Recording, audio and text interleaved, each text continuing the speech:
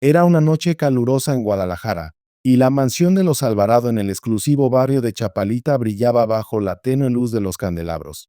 Todo estaba impecable.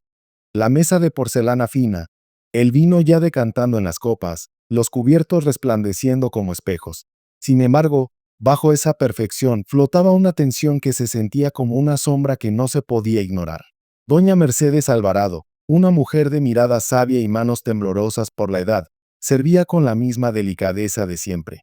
Su hijo Rodrigo hablaba por teléfono, riendo con un socio, mientras su nuera Luciana, sentada a la cabecera de la mesa, tamborileaba con los dedos sobre el mantel. Aquel ruido sordo rompía el silencio y añadía una capa más de incomodidad al aire. Amor, deja ese teléfono.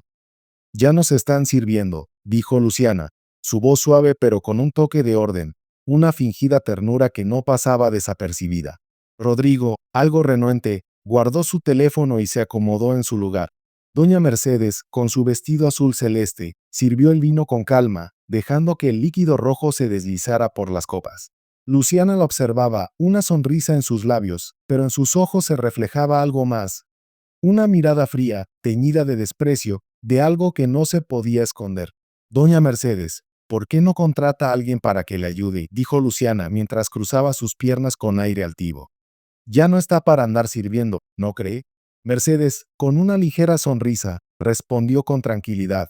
Servir no es humillación, Luciana. Solo humilla a quien sirve sin amor. El silencio se apoderó de la mesa como un peso invisible. Rodrigo intentó romper la tensión, pero las palabras le fallaron. Luciana bebió un trago largo de vino, desviando la mirada, y la ira contenida se notó en cada uno de sus movimientos. Minutos después, Luciana se levantó de la mesa y se dirigió hacia la cocina. El sonido metálico de las ollas y el vapor flotando en el aire acompañaron el aroma del risotto de camarones. Mercedes seguía sirviendo, ajena a lo que estaba a punto de suceder. Cuando Luciana regresó, traía en sus manos una tetera de acero humeante. Su voz salió helada, cortante. «Le gusta tanto servir, ¿verdad? Entonces sirva esto». Rodrigo se levantó de golpe, su rostro pálido, lleno de preocupación. «Luciana, ¿qué estás haciendo?» Pero ya era tarde. El grito de Mercedes quebró la quietud de la noche como un trueno. El vino se derramó, los platos cayeron al suelo, y el vapor de la tetera cubrió su rostro. El olor a piel quemada invadió el comedor. Pero Rodrigo no reaccionó, no se movió. Su miedo a destruir la fachada perfecta de familia fue más fuerte que el instinto de proteger a su madre.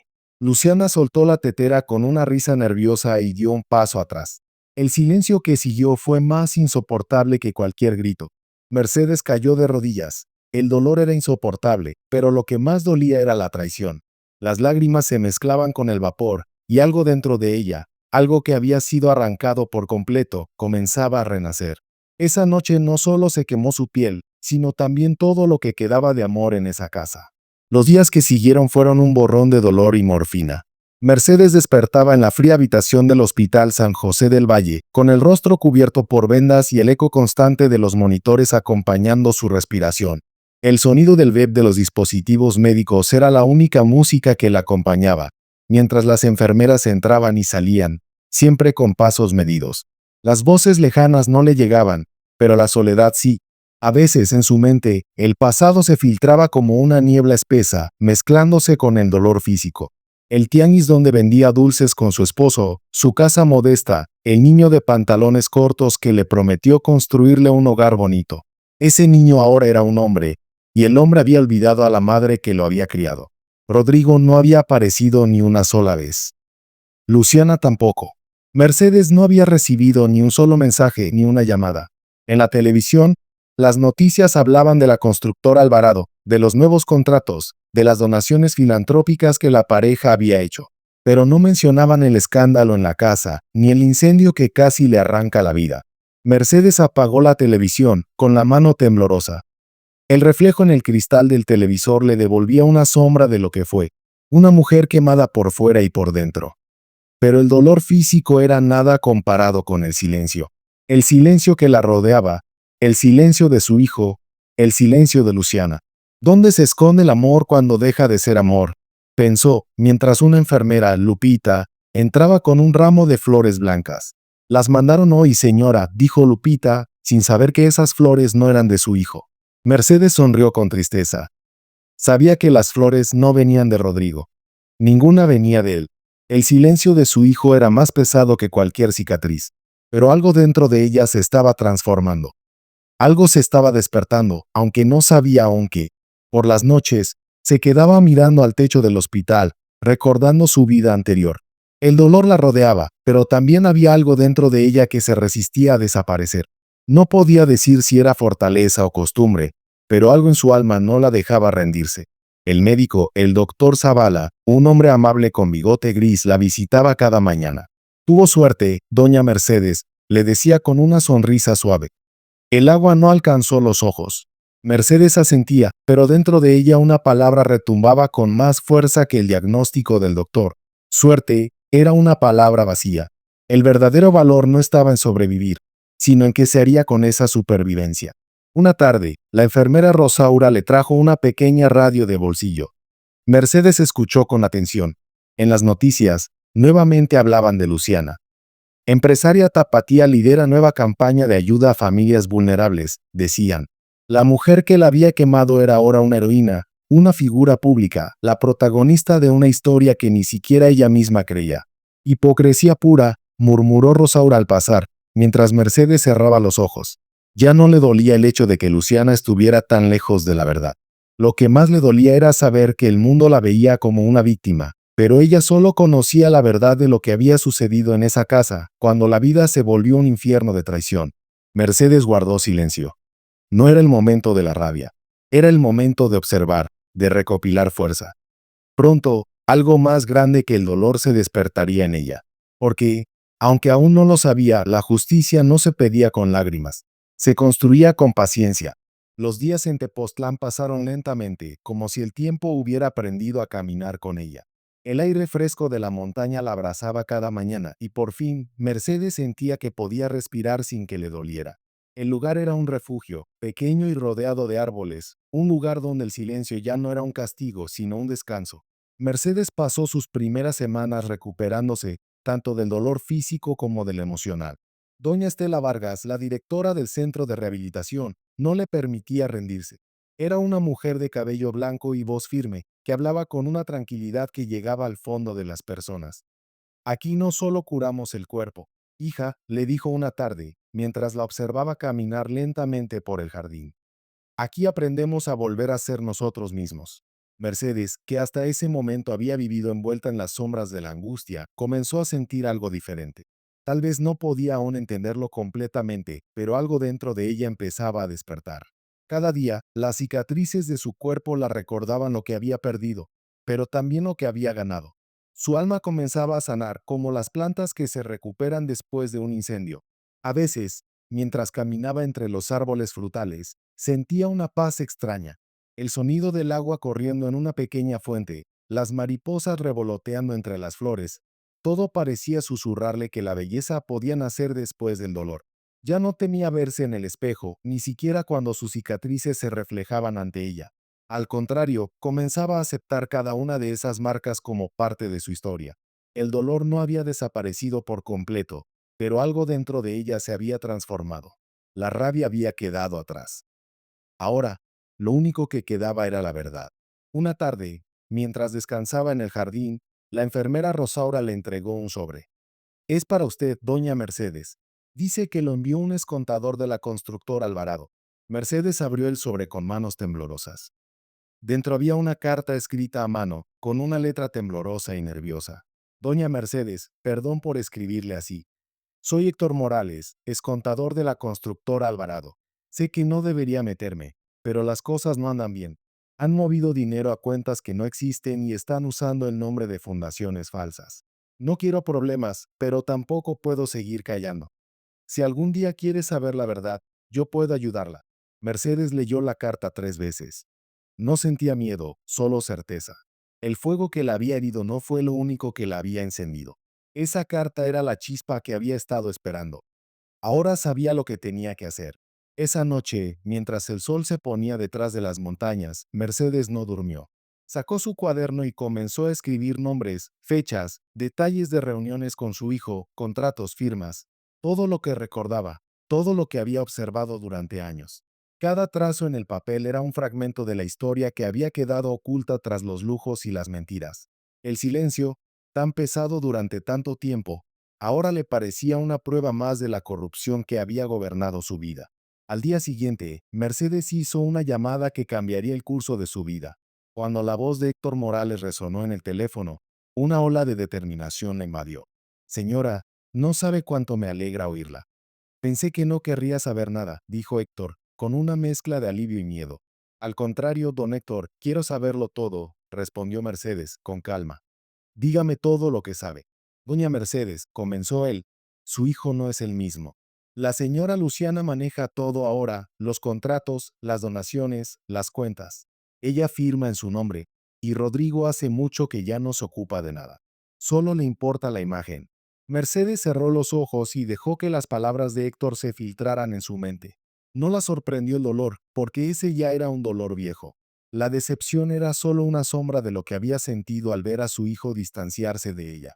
Reúnase conmigo cuando pueda, dijo Héctor, después de una pausa. No aquí. No quiero que nadie sepa. Mercedes asintió, sabiendo que la verdad, finalmente, estaba al alcance de su mano. No había vuelta atrás. Ahora solo quedaba esperar el momento adecuado para confrontar a los responsables.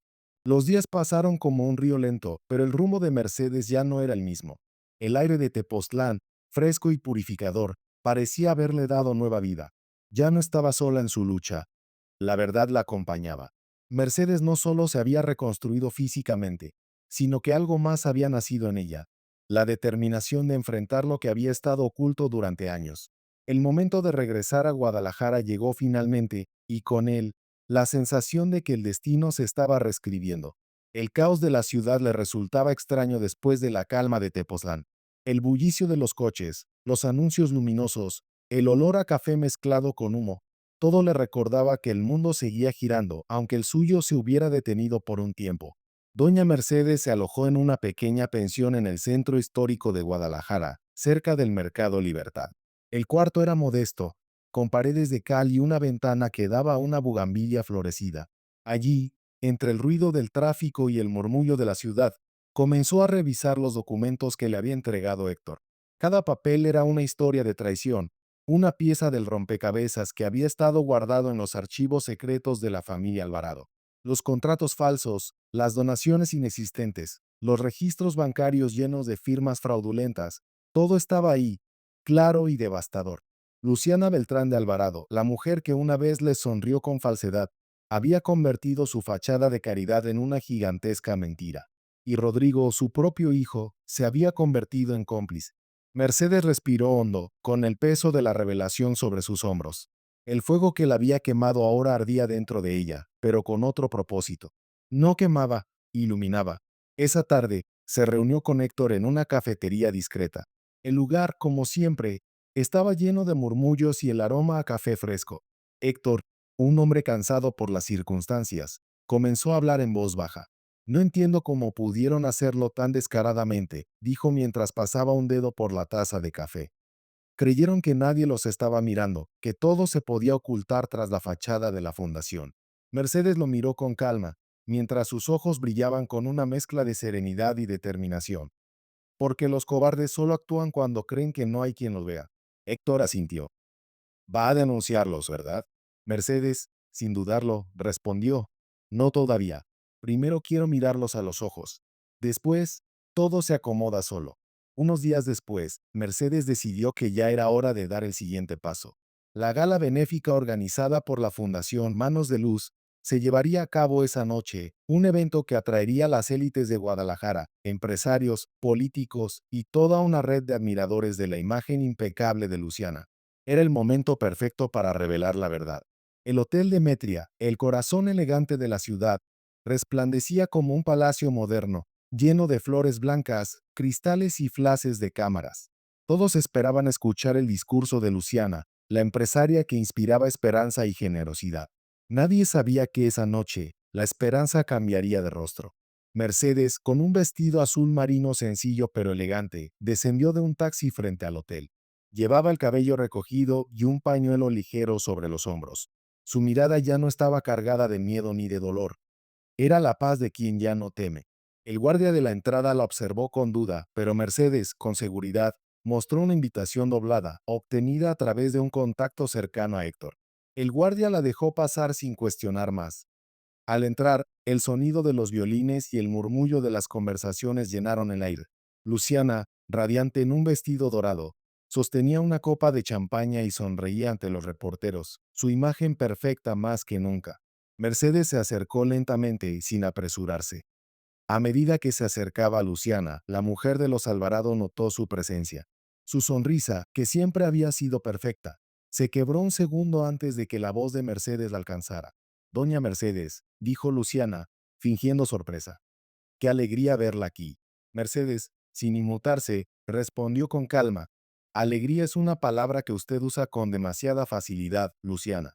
Rodrigo, al escuchar la voz de su madre, giró rápidamente. Su rostro se tensó al instante. Mamá, ¿qué haces aquí? Preguntó, su tono lleno de incomodidad. Mercedes lo miró fijamente. Este no es un buen lugar, hijo, dijo con serenidad. Al contrario, es el mejor. Donde hay luces también debe haber verdad. La atención de los invitados comenzó a centrarse en Mercedes. Algunos la reconocieron, otros solo veían a una mujer mayor con una mirada incómoda. Luciana intentó mantener la compostura, pero su rostro ya no era el mismo. La tensión comenzaba a hacerse visible. Mercedes dio un paso adelante y, con un movimiento calculado, sacó un sobre de su bolso. Los fotógrafos, al notar la acción, se acercaron rápidamente. Esto no es una escena, Luciana, dijo Mercedes, su voz resonando con firmeza. Es una rendición de cuentas. Dejó caer el sobre en la mesa frente a ellos. Aquí están las pruebas de que esta fundación es una farsa. Las donaciones no ayudan a nadie. Van directo a cuentas falsas bajo su nombre. Un murmullo se extendió rápidamente entre los invitados. Luciana palideció, mientras Rodrigo intentaba contener la situación. Eso es mentira, dijo Luciana con voz temblorosa. Mercedes no cedió ante su protesta. Mentira es vivir de fachada mientras se roba la compasión de la gente. Yo no hablo desde el odio, hablo desde las cicatrices. Rodrigo dio un paso adelante, casi suplicante. Mamá, por favor, no sabes lo que estás diciendo. Mercedes, mirándolo directamente, respondió con voz firme. Lo sé muy bien, hijo. Y si me callé antes, fue por amor. Pero el amor que protege la mentira deja de ser amor. El silencio que siguió a las palabras de Mercedes fue ensordecedor. Los flashes de las cámaras iluminaron el salón, pero era como si el tiempo se hubiera detenido. Los invitados, atrapados entre la incredulidad y la curiosidad, miraban a Mercedes, que sostenía con firmeza los documentos. Luciana, por un momento, perdió la compostura, mientras Rodrigo, con la mirada baja, parecía luchar con algo dentro de él. ¿Qué vas a hacer con eso, señora? Preguntó uno de los reporteros, acercándose con una cámara. Mercedes no miró a nadie más que a su hijo. El fuego no me mató, Luciana, dijo, mirando a la mujer que la había quemado aquella noche, solo me purificó. Y hoy, ese mismo fuego te va a alcanzar. El murmullo creció y Mercedes, con una última mirada llena de serenidad, dejó que las pruebas hablaran por sí solas. Sin esperar respuesta, se dio media vuelta y comenzó a caminar hacia la salida. Nadie se atrevió a detenerla. Mientras se alejaba, Luciana gritaba su inocencia, pero las cámaras no captaban su versión, sino la de una mujer que se había visto acorralada por su propio fraude. Al salir, la prensa comenzó a correr tras ella, pero Mercedes ya no les prestaba atención. Lo que había ocurrido en esa gala no era solo una denuncia pública, era la culminación de un largo proceso de renacimiento personal. El fuego que antes había destruido, ahora iluminaba su camino. Esa misma noche, las noticias se propagaron como un reguero de pólvora. Los titulares de todos los periódicos eran claros. Escándalo en gala benéfica. Fundación Manos de Luz bajo investigación por fraude millonario. Las imágenes de Luciana con la cara pálida eran acompañadas por reportes de su detención. Los patrocinadores retiraron su apoyo. Las cuentas fueron congeladas y los contratos que habían sido firmados con fundaciones falsas fueron expuestos. Mercedes, sin embargo, no celebró. Observaba desde su pequeña habitación en la pensión, donde las noticias llegaban con un eco distante. No sentía satisfacción ni venganza. Solo sentía la paz de la justicia finalmente hecha realidad. Porque la justicia, como ella sabía ahora, no siempre se ganaba en los tribunales. A veces se ganaba cuando una madre recobraba su dignidad. El licenciado Mejía la llamó temprano al día siguiente. Doña Mercedes, ya están citados a declarar, pero prepárese. Los abogados de ellos intentarán desacreditarla. Mercedes respondió con una calma que sorprendió incluso a Héctor. No me preocupa. Las cicatrices en mi cara valen más que sus discursos.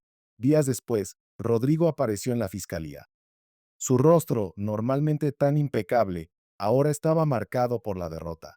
Su mirada, antes llena de seguridad, ahora estaba vacía, perdida. Cuando salió, los reporteros lo rodearon, intentando arrancarle una respuesta. ¿Qué tiene que decir sobre las acusaciones?, le preguntaron. Rodrigo bajó la cabeza, su voz casi inaudible.